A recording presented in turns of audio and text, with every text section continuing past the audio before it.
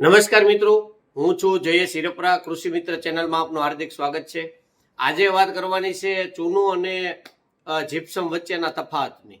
તો આમ જોઈએ તો કે આપણે વ્યાપક પ્રમાણમાં જીપ્સમ વપરાતું હોય છે, ચૂનો છે એ માપે વપરાય છે, ઓછું વપરાય છે અને થોડું નુકસાનકારક છે. હવે કન્ટેન્ટ બેમાં શું આવે છે એની વાત કરીએ તો કે જીપ્સમની અંદર કેલ્શિયમ અને સલ્ફર બે વસ્તુ આવે છે કે જેમાં કેલ્શિયમ છે એ 16% જેવું હોય છે અને સલ્ફર છે એ 13% જેવું હોય છે. જ્યારે ચૂનો છે એ કેલ્શિયમ કાર્બોનેટ, જીપ્સમ છે એ કેલ્શિયમ સલ્ફેટ કહેવાય છે, ચૂનો છે એ કેલ્શિયમ બાયકાર્બોનેટ તરીકે ઓળખાય છે.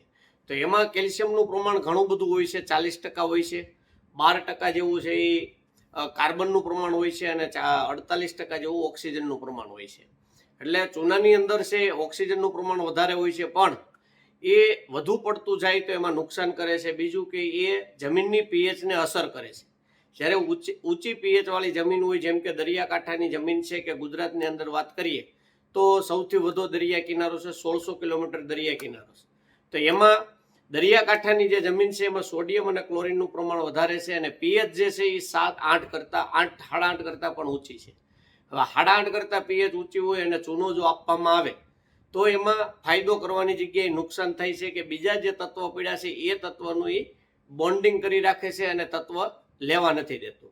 જ્યારે જીપ્સમ છે એ કેલ્શિયમ સલ્ફેટ કે જેને પીએચ આરે કોઈ લેવા દેવા નથી. કેલ્શિયમ અને સલ્ફર છે ઊંચી પીએચ હોય તો પણ ચાલે, નીચી પીએચ હોય તો પણ ચાલે.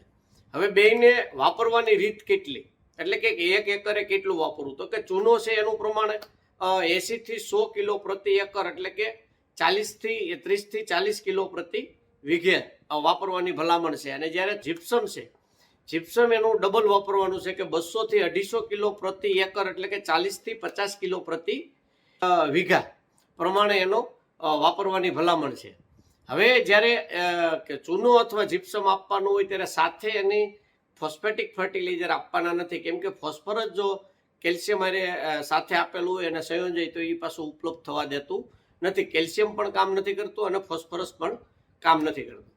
જે વિસ્તારમાં મગફળીનું વાવેતર વધારે પડતું છે, એટલે કે મગફળીની અંદર પોપટો બંધાવવામાં જે આપણે ગોગડું બંધાય છે એની અંદર જે ફોતરું છે, ફોતરાની અંદર બંધારણ માટે કેલ્શિયમ ઘણું બધું મહત્વનું હોય છે. શરૂઆતમાં દરેક ખાતરની જે કંપનીઓ છે એ જીપ્સમ ફ્રીમાં આપતી હતી. અત્યારે જીપ્સમને જે છે એ બાય પ્રોડક્ટ તરીકે વેચે છે અને ઘણા બધા ખેડૂતો વાપરે છે અને એને વાપરવાથી ઘણો બધો પણ ફાયદો થાય છે. હવે જીપ્સમ અને ચૂનો બેયને જો જમીનનો પીએચ આપણે વધારે હોય તો જો ચૂનો વાપરવામાં આવે તો ફાયદો નથી થતો. અને જે અંદરના વિસ્તાર છે, જેમ કે દરિયાકાંઠાથી 80-100 કિલોમીટર અંદરનો વિસ્તારમાં જોઈએ તો કે રાજકોટ હોય, પછી વાંકાનેર છે, ટંકારા છે, ત્યાર પછી આમ ગોંડલ છે, જસદણ છે, જેતપુર છે, કે જેની પીએચ 4-4.5 છે કે એથી નીચે છે, તેમાં આપણે ચૂનો વાપરીએ તો એમાં પરિણામ મળે છે. ઘણી વખત એવું થાય છે કે ચોમાસામાં ચૂનો પાણી હારે પીવડે હોય મરચીમાં, તો મરચી ફૂટી જાય, સારી થઈ જાય, પણ એવી પરિસ્થિતિ ત્યારે જ બને કે જેની પીએચ નીચી હોય અને ચૂનો આપણે પીવડાવીએ તે બને છે. પછી એના વાહે એના વિડીયોની પાછળ બીજા ખેડૂતો વાપરે છે ત્યારે ફાયદો થવાની જગ્યાએ જમીન પણ બગડે છે, વાતાવરણ પણ બગડે છે અને જે આપણને ઉત્પાદનમાં જે પાક લીલો થાય અને આગળ વધવો જોઈએ એ થતું નથી. એટલે જ્યારે કોઈ પણ આવા ખાતર વાપરવાના હોય ત્યારે યોગ્ય સમજણ મેળવી અને વાપરવામાં આવે તો જ આપણને રિઝલ્ટ મળે.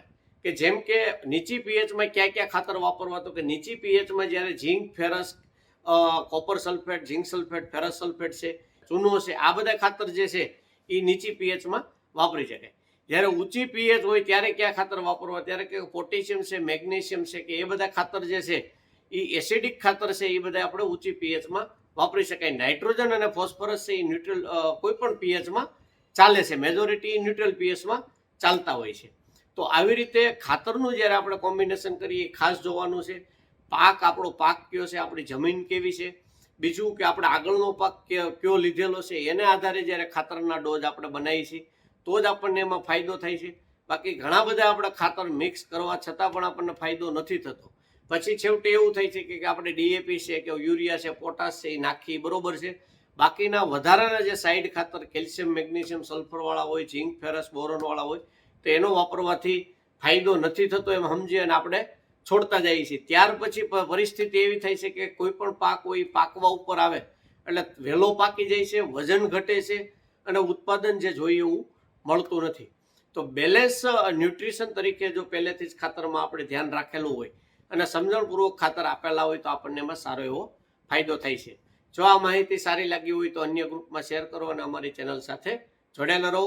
વિશેષ માહિતી જોતી હોય તો એ ડિસ્પ્લે ઉપર જે નંબર બતાવવામાં આવ્યો એની ઉપર તમે ફોન કરી અને વિશેષ માહિતી પણ મેળવી શકો છો. નમસ્કાર.